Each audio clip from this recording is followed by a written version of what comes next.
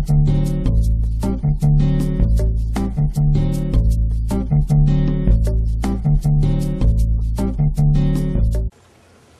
appreciate you tuning in. This is part 2 of 2 on my trip to the National Institute of Health in Bethesda, Maryland.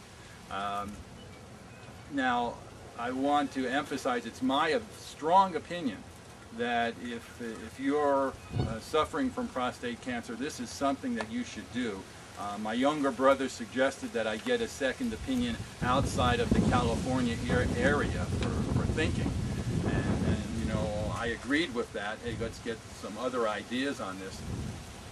And what the National Institute of Health is at least currently offering, your doctor can refer you over there.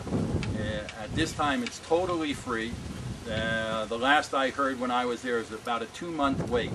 So something you might want to think of doing sooner than later. And they look at all your records. And if you have your doctor send the records, including your original pathology slides and everything. They take the blood test, and their PSA test is a new PSA test. It's much more sensitive. I heard someone say 10 times or 100 times more sensitive than the current PSA test that's being widely used. And then they give you a general physical and take down your information. And that doctor who does that then presents your case to a panel of 5 doctors, all specialists in different specialties. You have one radiologist, one surgeon, one oncologist, etc. And they form a consensus opinion, and then they call you back like after lunch, and they sit down with you and they talk to you and answer all your questions about the opinion. They write it up and they send it along to your physician. So I think this is invaluable. I mean, it's a great way. When I was there, and I'm not so sure if it's always on prostate cancer, but the day that I was there, it seemed everybody there had prostate cancer. Now, that was a Wednesday. I don't know, maybe Tuesday they do breast cancer, so who knows. But it's a free service at the moment, and I think you should avail yourself of it. In my particular case, I had 3 opinions here in San Diego from 3 different doctors. They're all a little different on what I should do in my particular circumstance.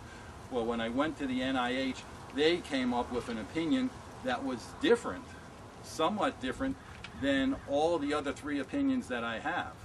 And I decided, after careful consideration, to go along with their suggested treatment option, which was based on a study that they found that covered my particular situation pretty well.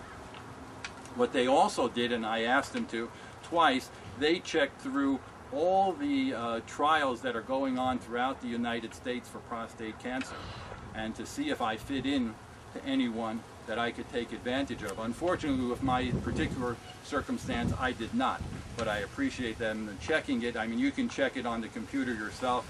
I forgot the site, but it's almost impossible to understand some of the pre-qualifications that you need on some of this stuff.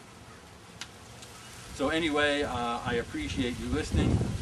Be sure to tune in to my next video, which is going to be on some of the publications that I've researched that I think are beneficial to anybody suffering from prostate cancer, and some things that you can do to take an active role in hopefully preventing the spread of it or lessening the double time of the PSA.